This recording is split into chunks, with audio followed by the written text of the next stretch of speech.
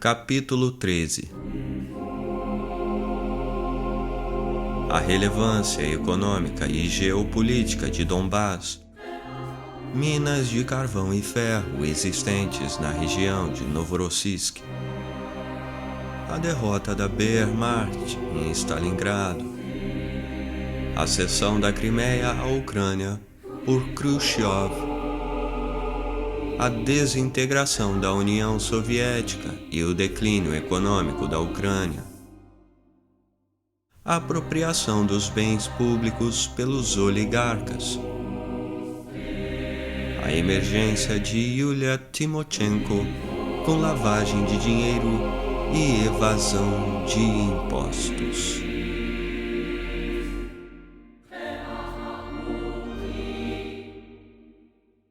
A Ucrânia assumiu vital relevância econômica e geopolítica para o Império Russo e, por conseguinte, para a União Soviética, desde que Catarina II, a Grande, incorporou ao seu território a região de Novorossiysk, Novorossia, na bacia do Donetsk, Donbás, e o empresário galês John James Hughes a converteu em importante centro industrial na segunda metade do século XIX, com a fundação da empresa New Russia Company Limitada para explorar as vastas minas de carvão e ferro lá existentes.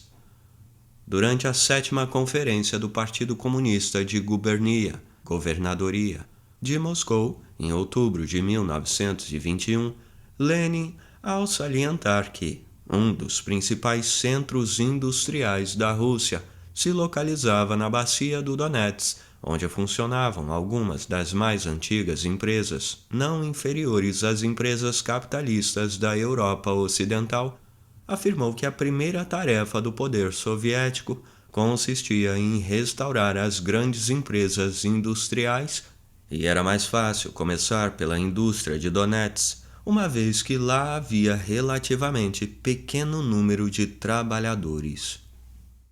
Profundo conhecedor da doutrina de Marx e Engels, Lenin entendia claramente que o socialismo não era via de desenvolvimento econômico e sua instauração somente se tornaria possível quando as forças produtivas do capitalismo atingissem na Rússia um nível em que o aumento da oferta de bens e serviços, em quantidade e em qualidade, pudesse permitir que a liquidação das diferenças de classe tivesse consistência e constituísse real progresso, sem acarretar consigo o estancamento ou, inclusive, a decadência do modo de produção da sociedade. Daí porque, em 1921, retrocedeu do comunismo militar instaurado durante a Guerra Civil e implantou a NEP, Novaya Ekonomicheskaya Politika, o capitalismo de Estado, isto é, o capitalismo privado, sob o controle estatal. Lenin apontou, particularmente, como um sucesso da liberação do empreendimento privado e do livre mercado, compra e venda, o aumento da produção das pequenas minas arrendadas aos camponeses que estavam a trabalhar bem e enviavam ao Estado cerca de 30% dos rendimentos do carvão extraído. O incremento da produção, sobretudo das pequenas minas, na bacia do Donetsk, dentro das linhas do capitalismo de Estado, mostrava, Lenin argumentou, a considerável melhoria geral que ocorreu em relação à catastrófica situação do ano anterior. Lenin, como presidente do Conselho dos Comissários do Povo da União Soviética, chamou Donbás a nossa fortaleza, entre aspas, em carta ao Vyacheslav V. Molotov, 1890 a 1986, e a outros camaradas, datada de 21 de novembro de 1921. Poucos meses depois, em 27 de março de 1922, ao abrir o 11º Congresso do Partido Comunista da Rússia, ele declarou que, conquanto a Ucrânia fosse uma república independente, o Comitê Central tinha de interferir devido às divergências que lá estavam a ocorrer entre alguns dirigentes. A bacia do Donetsk, Lenin explicou, era o centro, a real base da nossa inteira economia, e que sem ela seria completamente impossível restaurar na Rússia a grande indústria para construir realmente o socialismo, o qual só pode ser construído com base em uma grande indústria. E daí a necessidade de que a existente em Donbás fosse reparada e desenvolvida a um nível apropriado. E mais adiante, acentuou que Donbás não era simples distrito, mas um distrito sem o qual a construção do socialismo permaneceria como um pio desejo.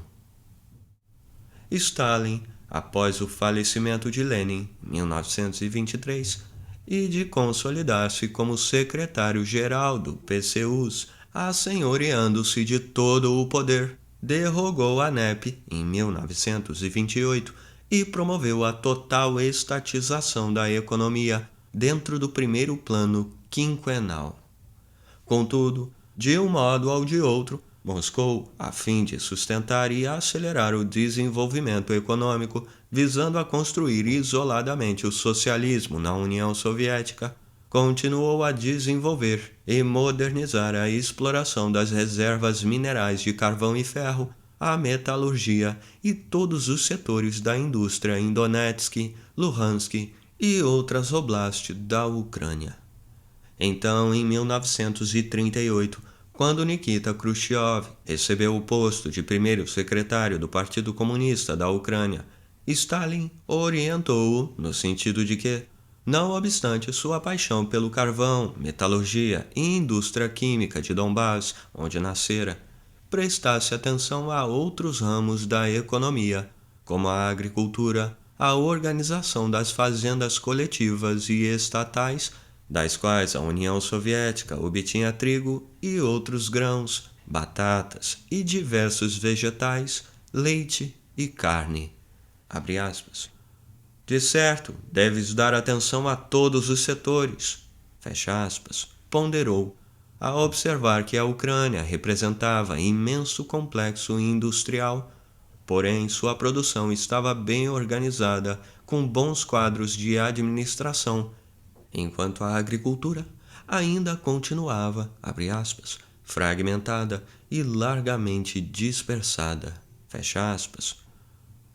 Tais recursos agrícolas e minerais, com um enorme parque industrial de Donbás, Adolf Hitler, outro sim, considerava indispensáveis para os esforços de guerra da Alemanha, e daí que em fins de 1940 o alto comando da Wehrmacht reorientou a estratégia para o leste e a Operation Barbarossa, desfechada em 22 de junho de 1941, começou pelo Mar Báltico ao norte, Bielorrússia ao centro e Mar Negro ao sul, com 3 exércitos formados por 3 milhões de soldados sob o comando dos marechais Wilhelm Ritter von Lieb, Fyodor von Bock e Georg von Rundstedt, e ainda 650 mil combatentes da Finlândia e Romênia, além de unidades de reforço da Itália, Hungria, Eslováquia e Croácia.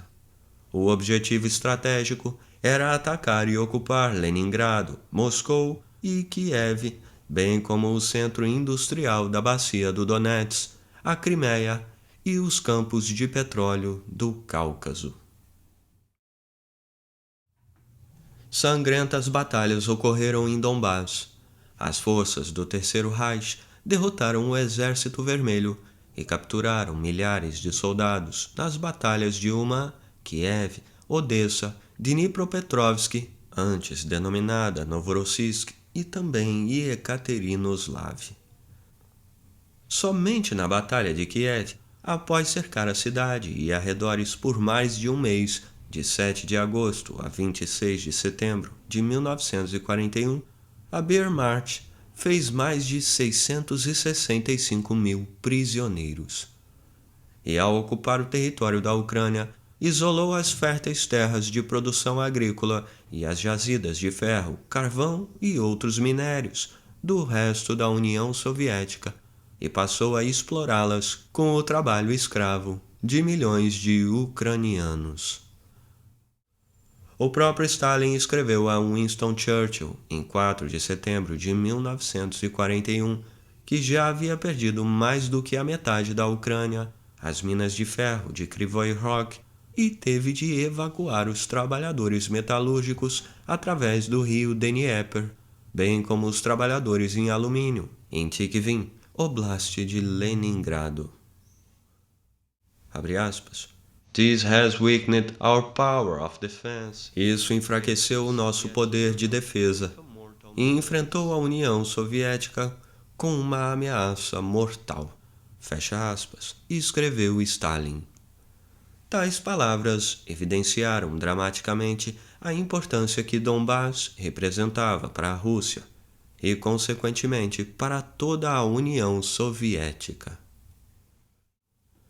Churchill narrou, em suas memórias, que as tropas da Alemanha já haviam adentrado 500 milhas, 840 quilômetros, o território da União Soviética e ultrapassado a área industrial da Rússia, Donbass, as ricas terras de trigo da Ucrânia.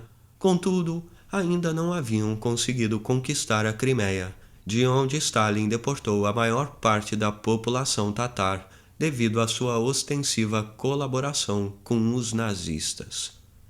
O Exército Vermelho estava longe de ser derrotado, passara a combater melhor do que antes, e sua força certamente cresceria. Com efeito, a Wehrmacht, após vencer a Batalha de Smolensk, entre 10 de julho e 10 de setembro de 1941, a 360 quilômetros de Moscou, chegou aos seus arredores em dezembro, mas não conseguiu invadir nem ocupar Leningrado, não obstante cercar a cidade por mais de 2 anos, isto é, 872 dias, de 8 de setembro de 1941 a 27 de janeiro de 1943. Não tiveram condições de atingir seus 3 principais objetivos: a ocupação de Moscou, Leningrado e o Baixo Dom. A resistência do Exército Vermelho tornou-se cada vez mais feroz e o inverno, a chegar, favoreceu ainda mais a ofensiva, como Churchill anteviu. A temperatura abruptamente despencou para 20 graus negativos e algumas vezes para 60 graus abaixo de zero, e as tropas nazistas não estavam devidamente preparadas para uma longa campanha em tais condições climáticas. A vitória com a Blitzkrieg, em que Hitler tanto confiava, não se consumou. As tropas da 6ª Armee e da Panzer Division, com 1,1 milhão de efetivos, comandados pelos marechais Erich von Manstein e Friedrich Paulus, não alcançaram os campos de petróleo de Baku, no Cáucaso. O Exército Vermelho, sob o comando do general Georgy Zhukov, com cerca de 1,1 milhão de efetivos, estancou o avanço das forças do Terceiro Reich ao esmagá-las na Batalha de Stalingrado, travada entre 23 de agosto de 1942 e 2 de fevereiro de 1943. O exato número de mortos em Stalingrado nunca se soube, nem se saberá. Calcula-se que entre 750 mil e 850 mil soldados da Alemanha e seus aliados pereceram na batalha, e o Exército Vermelho ainda tomou 91 mil prisioneiros de guerra, 2.500 oficiais, 24 generais e o Marechal Friedrich von Paulus. O poeta Pablo Neruda, no Chile, escreveu, abre aspas, hoje, sob suas montanhas de punição, não estão apenas os seus enterrados. Tremendo é a carne do morto que tocou sua testa, Stalingrado. Fecha aspas. Com a perda de cerca ou mais de 800 mil efetivos e a completa destruição da 6ª Armee e das 4 e 16 Panzer Divisionen, 2.000 tanques e canhões de assalto, 10.000 peças de artilharia, 3.000 aviões de combate e de transporte, enorme parte do potencial militar da Alemanha, efetivo humano e material bélico, extropiou-se e a Wehrmacht não mais teve fôlego e condições para deter o avanço do Exército Vermelho até Berlim. Após o fim da Segunda Guerra Mundial, a República Soviética da Ucrânia foi um dos países fundadores da ONU. Stalin pretendeu colocá-la como membro permanente no Conselho de Segurança. A Grã-Bretanha opôs-se. Não queria que a União Soviética tivesse a seu favor mais um voto, com direito a veto, no Conselho de Segurança. As fronteiras da Ucrânia, conforme então fixadas por Stalin, compreendiam a parte da Rus Menor, margem esquerda do rio Dnieper, vastas áreas com população russófona, tais como as regiões leste e sudeste, Novorossiysk, Galícia, o norte de Bukovina, o sul da Bessarabia, Rutênia, Subcarpátia. Muitos ucranianos no leste, região de Donbass, somente liam e falavam russo, ou a mistura de russo e ucraniano, e eram considerados os mais civilizados. A Crimeia, desde 1918, uma república da União Soviética, juntamente com a Rússia, só passou a integrar a Ucrânia a partir de 1954. Nikita S. Khrushchev, 1894 a 1971, como presidente do Presídium do Conselho Supremo da União Soviética, assinou em 19 de fevereiro de 1954 um decreto trasladando a Oblast da Crimeia, circundada pelo Mar Negro, e o Mar de Azov, da estrutura da República Soviética Socialista da Rússia, para a República Soviética Socialista da Ucrânia. No entanto, de acordo com o artigo 18 da União Soviética, as fronteiras de qualquer das repúblicas que a integravam não podiam ser redesenhadas sem o seu consentimento, no caso em questão, sem o consentimento da República Soviética Socialista da Rússia, a qual a Crimeia pertencia. O Presídium Supremo da União Soviética aprovou a transferência da Crimeia, porém não podia fazê-lo de conformidade com a Constituição. A concessão não tinha legitimidade, e daí que dias depois, em 27 de fevereiro, o Presídium Supremo anunciou um decreto modificando os artigos 22 e 23 da Constituição Soviética a fim de legalizar a transferência. A população da Crimeia, àquele tempo, era de 1,1 milhão de habitantes, dos quais aproximadamente 75% eram russos e 25% ucranianos. E em 27 de junho de 1954, o Supremo Presídium da República Soviética Socialista da Ucrânia aceitou a transferência. Há várias versões sobre por que Khrushchev tomou tal iniciativa de ceder a Crimeia à Ucrânia. Ele nada explicou em suas memórias. Consta que o fez a título de celebrar os 300 anos de sua unificação com o Império Russo, mas os documentos existentes no Storychesky Archive de Moscou nada também esclareceram. O que se sabe é que o Presidium do Conselho Supremo do Partido Comunista da União Soviética aprovou, em 25 de janeiro, uma resolução preliminar no qual autorizava o Presidium do Conselho Soviético Supremo da República Soviética Socialista da Rússia a aprovar a sessão, o que ocorreu em 19 de fevereiro de 1954, com a presença de apenas 13 dos 27 membros, sob a presidência do general Kliment Y. Voroshilov, 1881 a 1969.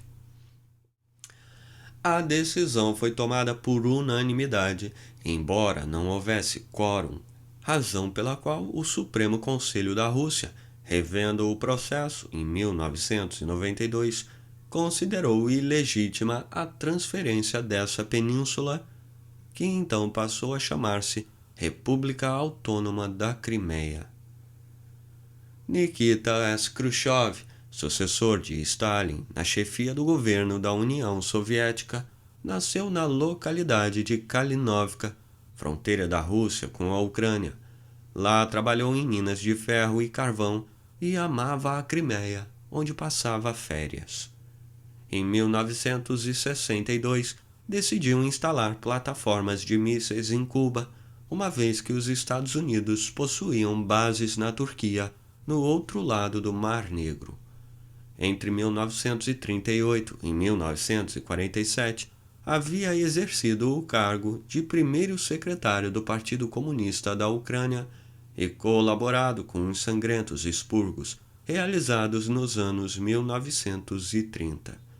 Outro sim, durante a Segunda Guerra Mundial, quando as tropas da Alemanha nazista, 3 milhões de soldados, iniciaram a Operation Barbarossa, invadindo a União Soviética pelas fronteiras da Ucrânia e Bielorrússia, em 22 de junho de 1941, ele participou ativamente do desmantelamento e da remoção das indústrias situadas no sudeste e leste da Ucrânia para os Montes Urais. Após a Segunda Guerra Mundial, o desenvolvimento do Parque Industrial da Ucrânia, situado principalmente em Donbás, tomou impulso, sobretudo na primeira metade de 1960, mas a partir de 1965 começou a desacelerar-se e nos anos 1970 virtualmente estagnou. E a fragilidade nacional da Ucrânia, ao separar-se da União Soviética e tornar-se república independente em 1991, era tanto populacional quanto econômica. Dos 44,6 milhões de habitantes, 77% eram ucranianos, 17% etnicamente russos e 6% de várias outras nacionalidades: bielorrussos, tatares, poloneses, lituanos, judeus e romenos. E, economicamente, unidade não havia. A agricultura continuava relativamente a prevalecer no oeste, mais pobre, e onde apenas eram produzidos aparelhos de televisão e ônibus, enquanto a região de Novorossiysk, leste e sudeste, possuía, ademais de ricas reservas de carvão, vasto parque industrial, usinas de aço, metalurgia e fábricas de máquinas pesadas, vinculado umbilicalmente à economia russa, à sua cadeia de produção de foguetes e outros artefatos militares, além de medicamentos, desde o tempo da União Soviética. E daí saía grande parte das exportações que sustentavam a Ucrânia, um país multiétnico e multilinguístico cujas relações com a Rússia foram aprofundadas historicamente pelas relações econômicas e integração da cadeia industrial e o mercado russo, assim como pelas relações culturais e entroncamentos familiares devido aos matrimônios interétnicos. A Ucrânia, entretanto, era uma das mais pobres repúblicas da extinta União Soviética, e sua produção, como das demais repúblicas que se desmembraram, sofreu elevado declínio, ao mesmo tempo que a hiperinflação recrescia devido a vários fatores, inter alia, não possuir instituições financeiras domésticas, maior acesso ao mercado estrangeiro e ter de cobrir o aumento do déficit orçamentário com emissões e empréstimos do Banco Central. Sua economia entre 1991 e 1996 ainda mais se contraiu, entre 9,7% e 22,7% anualmente, em meio à hiperinflação e amplo declínio da produção industrial, concentrada principalmente na produção de material bélico na região de Donbás. Segundo os dados disponíveis, embora as estatísticas então fossem incertas, O PIB per capita da Ucrânia, estimado em 1.748 dólares em 1990, caiu para 1.337 em 1993, e daí por diante declinou ainda mais até o ano 2000. E seus habitantes alimentavam a expectativa de que maior integração com os países euroatlânticos, o estabelecimento da democracia e do free market melhorassem seu nível de vida. No entanto, apesar de tais expectativas, a promoção da democracia e do livre mercado não propiciou à Ucrânia nem estabilidade nem riqueza.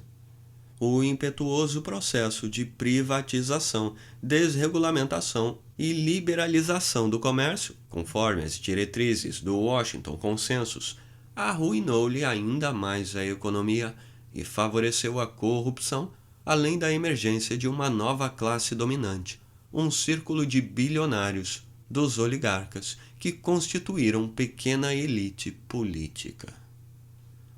Até então, a Ucrânia dependera e continuou a depender da Rússia, que virtualmente lhe sustentara a economia ao fornecer-lhe a preço subsidiado 70% do gás e petróleo que ela importava.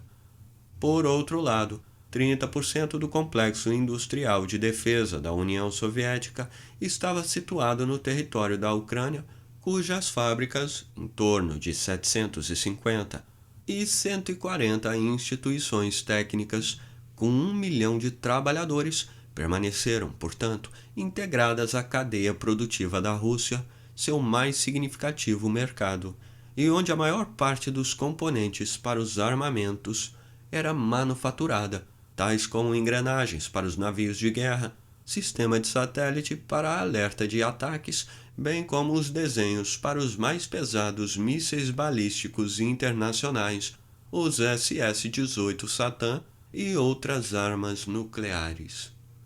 Porém, desde que a Ucrânia se desgarrou da União Soviética, a Rússia retirou 2/3 da indústria de defesa lá instalada, e suas importações de maquinaria e armamentos caíram para 40%, cerca de 15,8 bilhões de dólares, o equivalente a 5% do total de suas importações em 2013, o que representou mais ou menos 53% do que a Ucrânia exportava para a Rússia, em volumes de ferro e aço, 14%, maquinaria e equipamentos mecânicos, reatores nucleares, 14% também, estradas de ferro e locomotivas, vagões, 12%, equipamentos de maquinaria elétrica, 7%, ferro ou produtos de aço, 6%.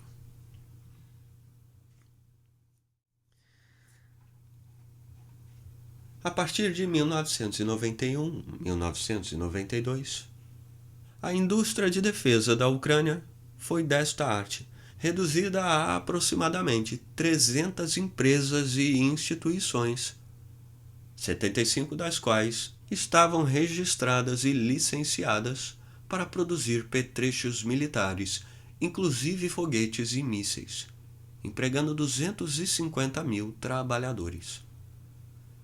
Em 2010, o governo criou uma holding, a Ukroboronprom, que passou a controlar 134 indústrias estatais de defesa com 120 mil trabalhadores. Em 2012, suas vendas alcançaram 1,44 bilhão de dólares e 1,79 bilhão em 2013. Na lista do Stockholm International Peace Research Institute, SIPRI, de 2011 e 2012, a Ukroboronprom ficou entre os 100 maiores fabricantes de armamentos do mundo. Esse conglomerado, situado em Donetsk, que incluía em 2014 a Ukr-Spets-Export, sempre esteve integrado com o complexo industrial da Rússia e fornecia-lhe componentes de radioeletrônico, aparelhos de visão e aparelhos radioeletrônicos e de orientação para robôs e aviões, particularmente os engenhos de aviação TV3 117/VK 2500, dos quais eram equipados os helicópteros de combate e transporte, sistemas digitais de comunicação e navegação. A Motor Sich, localizada em Zaporizhia, a 230 quilômetros a oeste de Donetsk, produzia a maior parte dos helicópteros militares, inclusive o Mi-24, usado pelas Forças Armadas da Rússia. Também estavam situadas em Donbás as fábricas que produziam os mísseis R-27 de médio alcance, Ar-Ar e outros componentes sensíveis. E a Ucrânia carecia de suficiente mercado interno, grandes forças armadas, para consumir a substancial produção de sua indústria de armamentos, e sem a colaboração tecnológica da Rússia, que absorvia a maior parte, perdeu a competitividade no mercado internacional. Ainda assim, sobreviveu graças à permanência das demandas de Moscou, dado que sua estreita implicação com a da Rússia não podia rapidamente se desvanecer. Também a agricultura, que antes representava 1/4 da produção agrícola da União Soviética, entrou em prolongada crise com o fim da planificação da economia. Em 1990, a fim de privatizar, livre de impostos, as férteis terras negras, ricamente umificadas, o governo fechou cerca de 12.000 kolkhozy, fazendas coletivas, e sulkhozy, fazendas estatais, que empregavam mais de 40% da população rural da Ucrânia. Ocorreu então o surgimento de nova e pequena classe de empresários, a emergência de grandes companhias agrícolas privadas, ao mesmo tempo que a maioria da população rural empobrecia e a desigualdade social se exacerbava. Essa reforma foi extremamente difícil, uma vez que os empresários emergentes na Ucrânia careciam de experiência de mercado e de capital.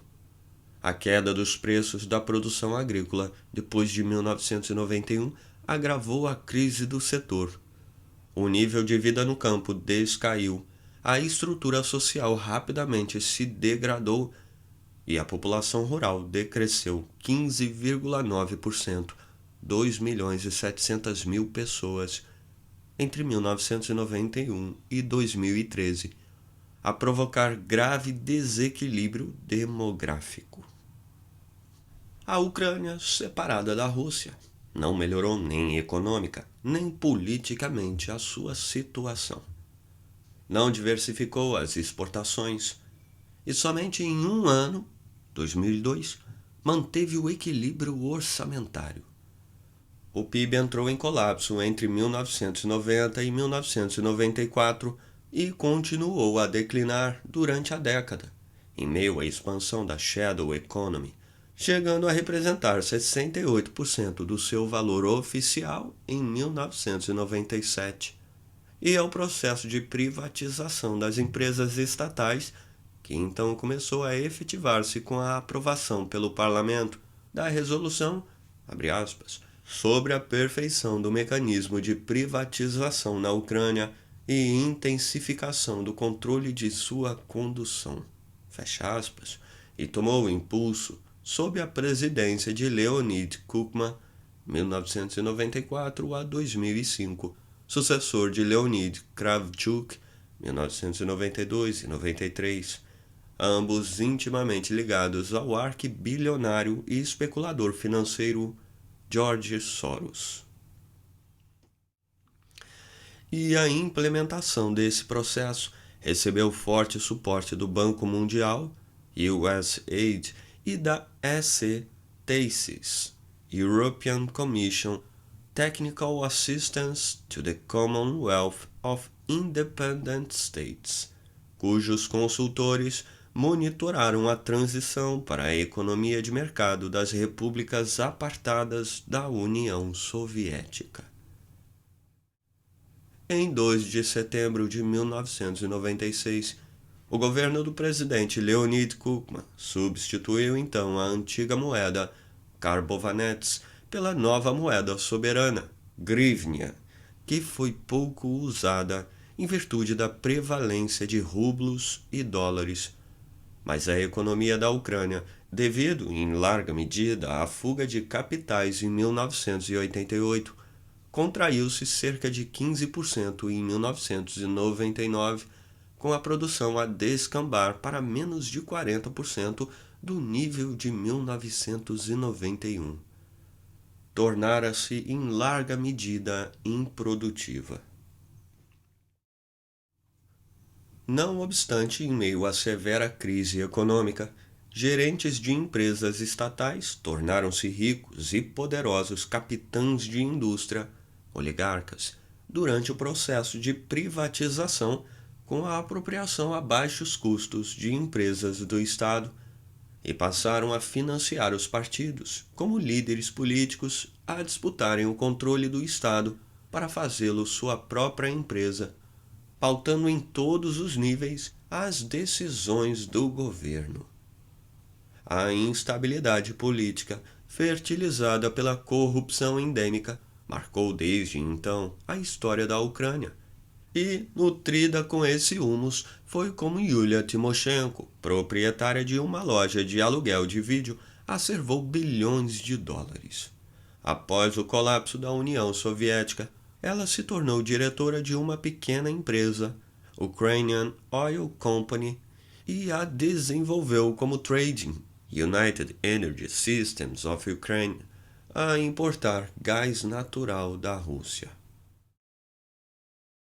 Conforme, porém, se revelou, Yulia Tymoshenko enriqueceu como poacher turned gamekeeper, expressão usada para se referir a alguém que agora protege os interesses que antes atacava, com lucrativas operações de lavagem de dinheiro, evadindo o pagamento de impostos e desviando enormes quantidades de gás, com o pagamento de propinas ao primeiro-ministro Pavlo Lazarenko, 1996-97, pelo acesso a informações reservadas e especiais concessões, que lhe permitiram consolidar 1/3 do setor de gás e 1/5 do PIB da Ucrânia. Nascida em Dnipropetrovsk, na bacia do Dnieper, região russófona, Yulia Tymoshenko, em 2001, foi presa, também seu marido Oleksandr Tymoshenko, por transferir ilegalmente $1 bilhão da Ucrânia e pagar milhões de dólares de molhadura a Pavlo Lazarenko. Permaneceu 42 dias detida. A acusação, porém, foi retirada e ela solta. De qualquer forma, embora não constasse da lista dos bilionários da Ucrânia, ela empalmou, mediante shadowy gas trading business, uma fortuna pessoal avaliada em 11 bilhões de dólares e evaginou-se politicamente durante a Revolução Laranja em 2004-2005. Tornou-se então primeira-ministra no governo de Viktor Yushchenko, governador do Banco da Ucrânia, que assumiu a presidência do país após uma eleição permeada pela fraude e impulsionou a privatização das empresas estatais e defendeu a adesão à OTAN. Os Estados Unidos deram-lhe massivo suporte econômico e político.